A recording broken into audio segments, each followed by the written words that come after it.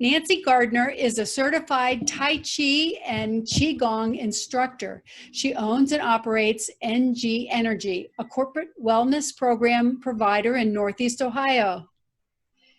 Nancy conducts ongoing classes and programs for people of all ages and physical abilities.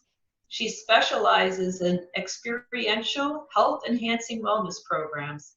Since 1995, Nancy has been teaching and presenting locally, regionally, and internationally. Welcome, Nancy. Thank you. Okay, let's start with the basics. What is Tai Chi and Qigong?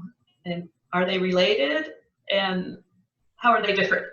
Yes, I always like to start with Qigong because Tai Chi is a form of Qigong. Oh. So to begin, Qigong, the words, Qi means life force, the vital energy that flows through all living things. Qi is the essence of the food we eat, the water we drink, and the air we breathe.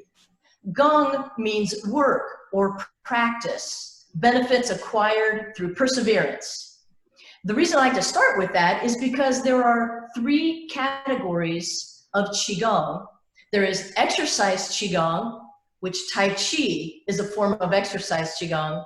Okay. There's meditative Qigong, and then there's medical Qigong administered by a Qigong practitioner. So that's why I always like to start with Qigong first and then flow down from Tai Chi. So the proper name for Tai Chi is Tai Chi Chuan, which literally means supreme ultimate boxing or supreme ultimate fist. So Tai Chi has all the breathing health benefits of Qigong combined with martial arts. So is there one that you would recommend for women over 50 over the other when you're considering Tai Chi and Qigong? No, because it depends on the practitioner.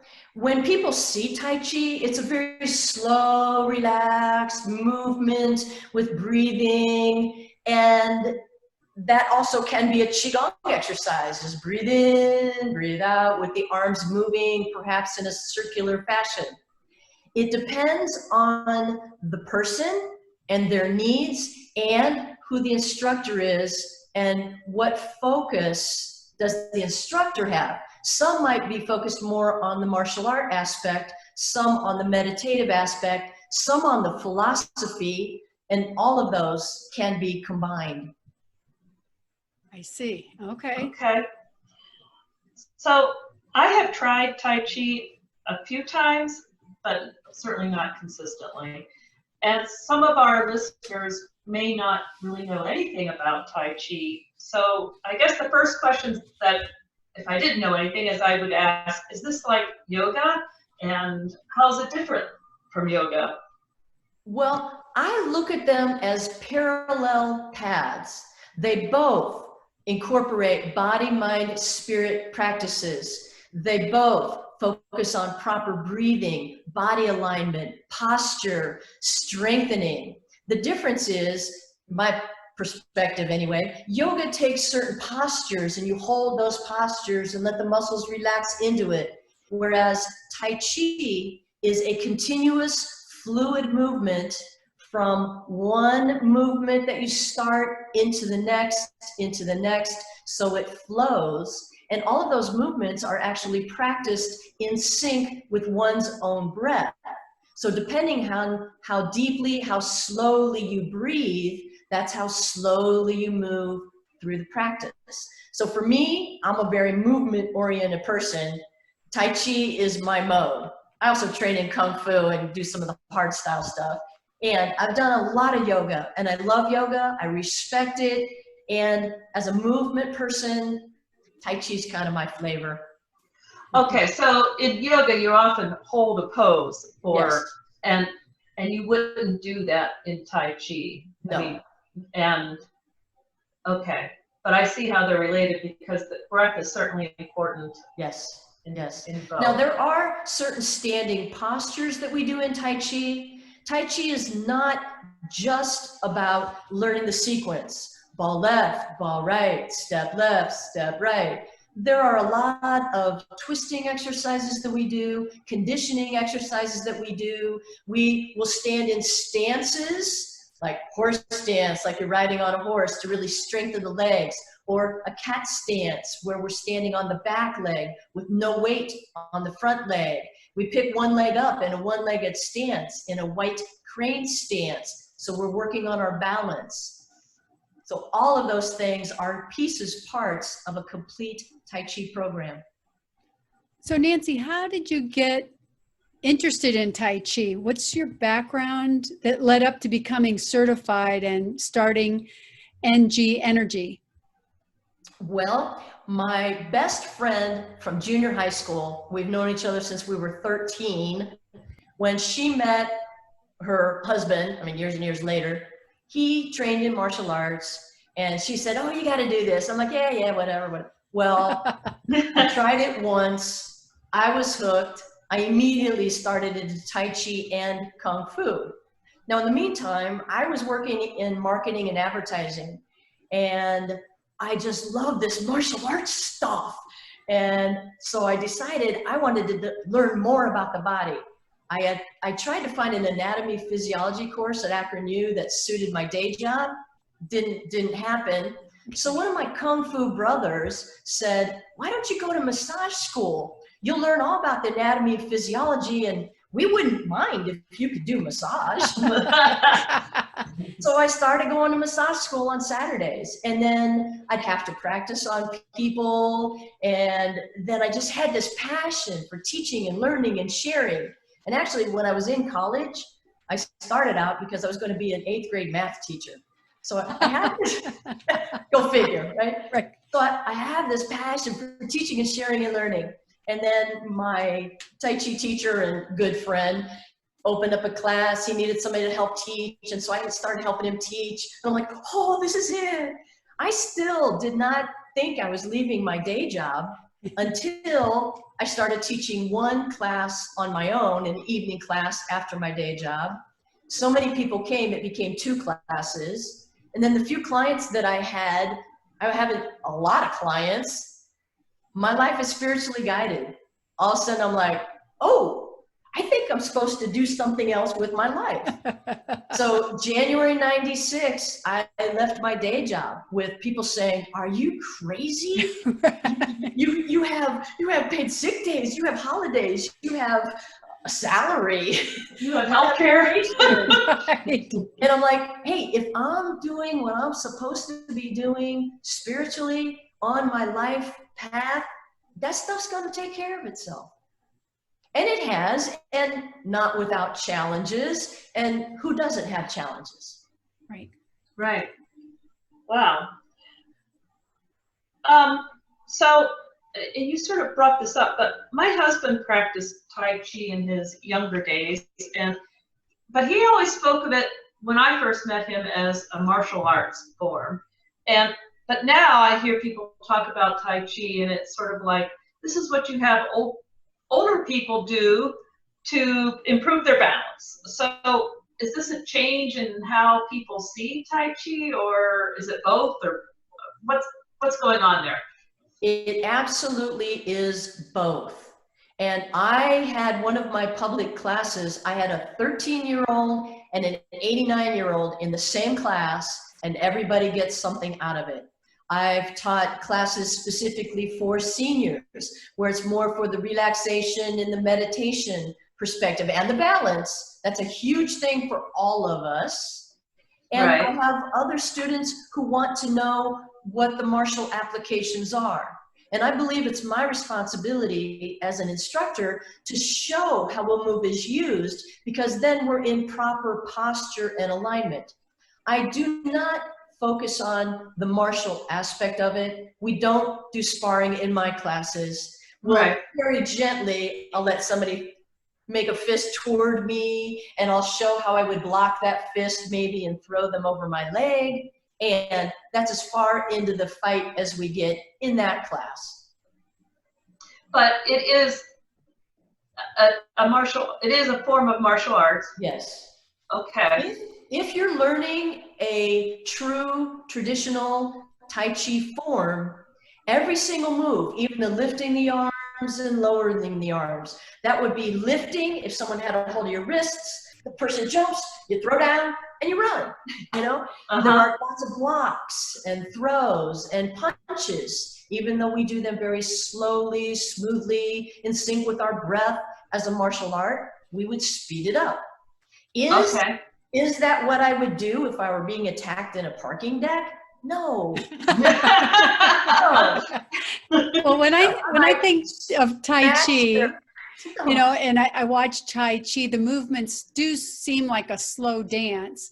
Yes. And I was wondering, how do those exercises create good health? And does it really give you a workout? Can you elaborate on that a little bit? Yes.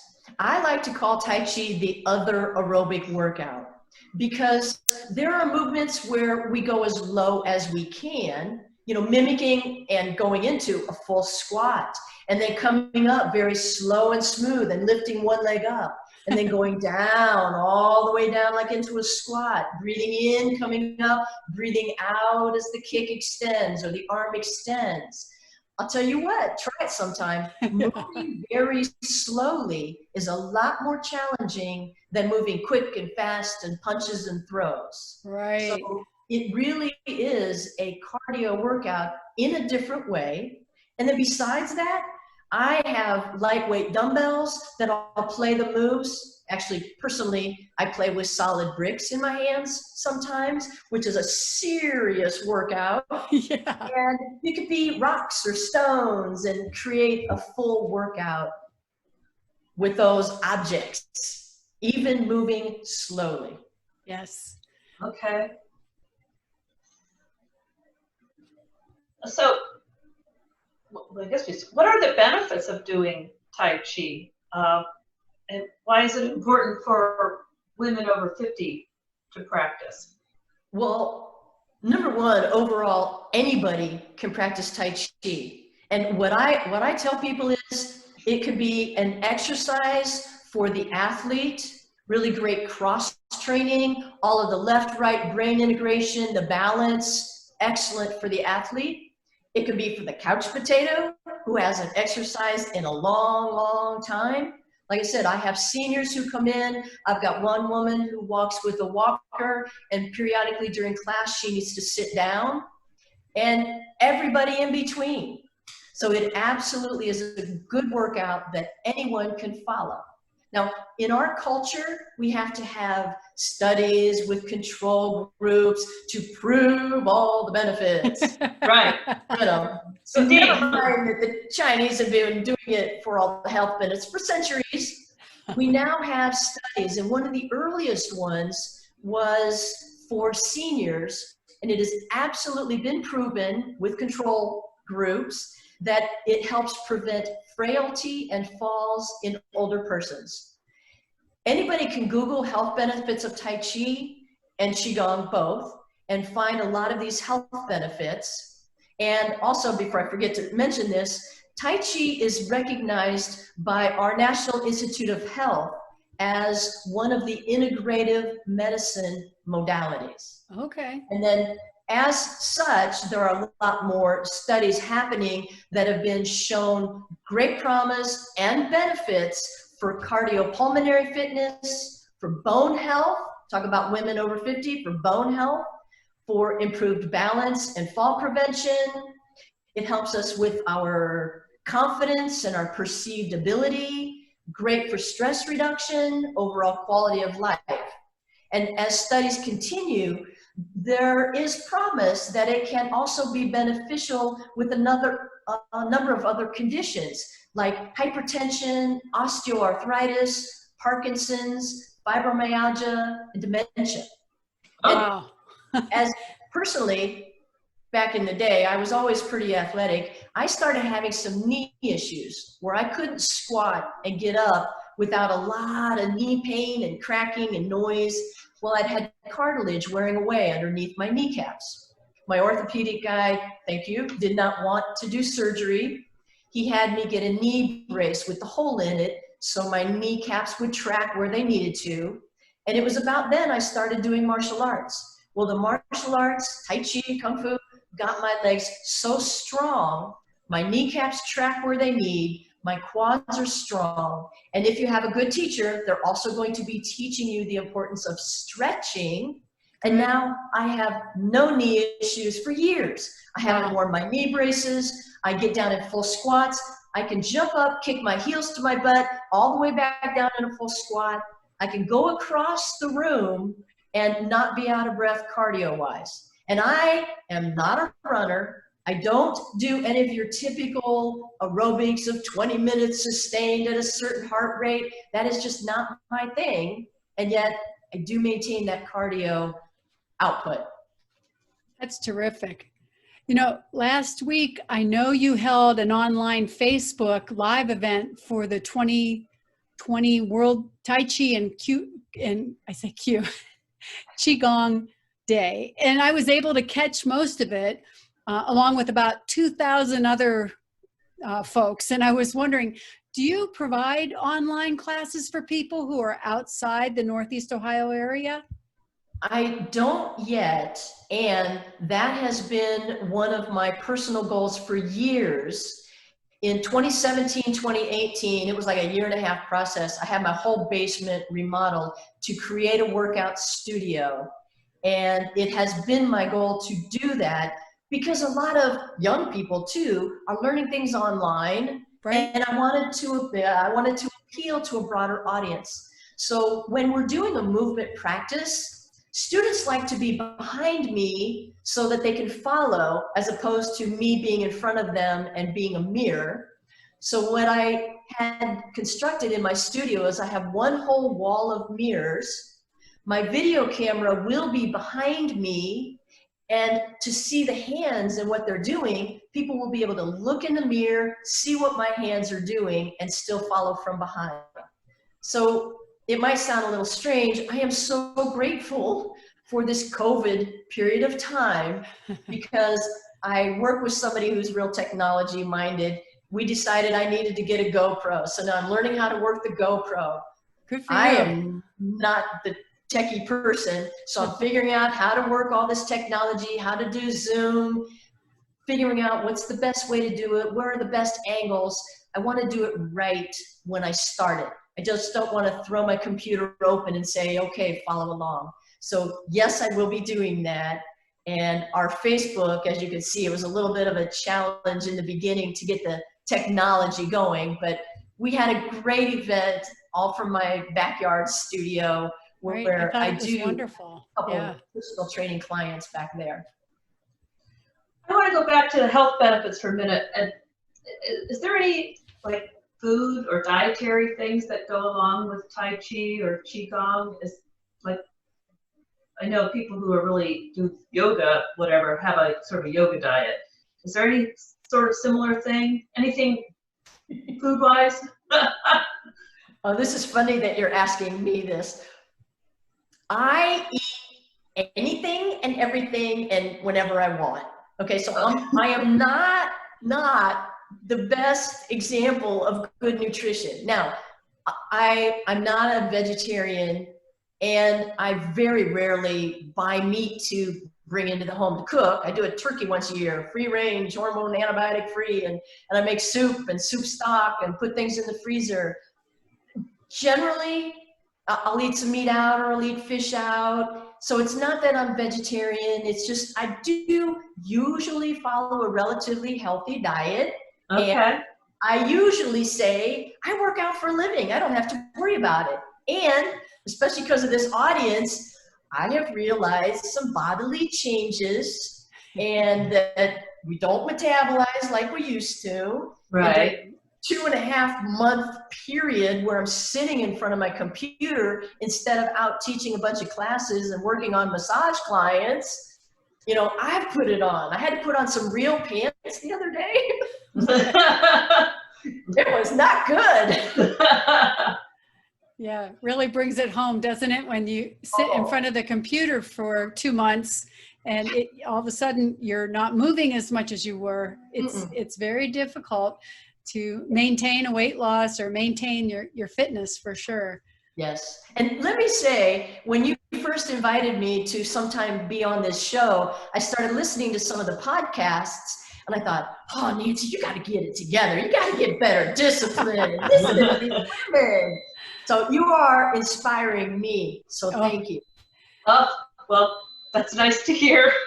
Yeah, well, we're all about inspiring each other. I mean, that's what the Becoming Elli community is all about, to try to motivate each other and, you know, find new answers, new ways of doing things, and find stuff that's fun for exercise. And I can hear the passion in your voice. Yeah.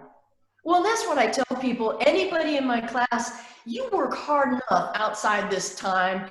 We're going to have fun. And I just share everything about my life and like totally crack people up. And it's what it's all about.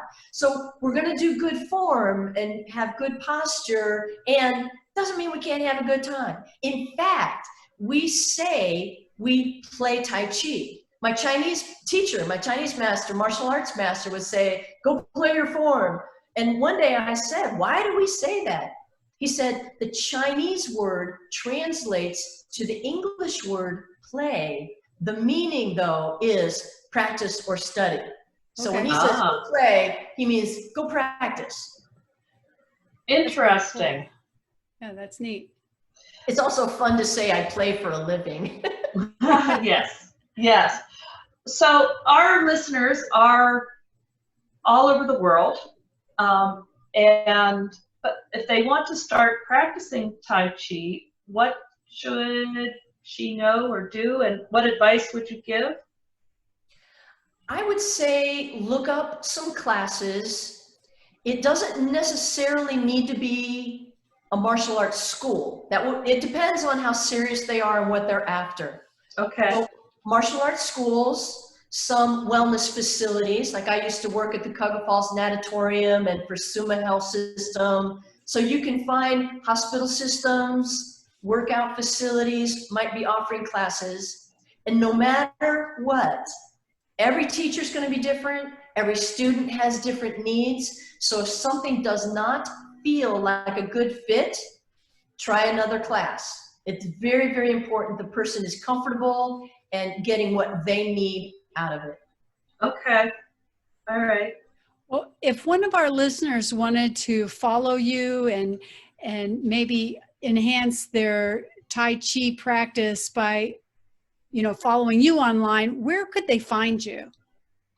Well, my email is nancygg@ngenergy.us. Okay. I do have a website, which is ngenergy.us. And if anyone would like to be on my newsletter list, it is through my newsletter that when I really am ready for online teaching, that I will be announcing that through my newsletter. If anyone were to send me their email address, I would add them to my list and keep them updated on programs that I have. Yeah, I get your newsletter, and that's how I knew you were going to be doing World Tai Chi Day. So we'll make sure that we get those links on our show notes so that, you know, we'll have your website and social media things on there for people to easily click in. Great. I do business Facebook page. I don't do anything with that personal Facebook stuff. It's all I can do to do what I'm doing already. But I do put fun things out on my business Facebook page, occasionally articles I run across about health benefits, sometimes when I'm out for a bike ride, and I like to put some fun things out there also. That's great. Okay. Thank you so much for joining us today on the Fit Strong Women Over 50 podcast. You've been a great guest. Thank you. And I'm 65, by the way, and going strong. You are going strong. That's great. Excellent. Thank you so much. Oh, thank you for having me. All right. You take care now. Bye-bye. Bye-bye. Bye.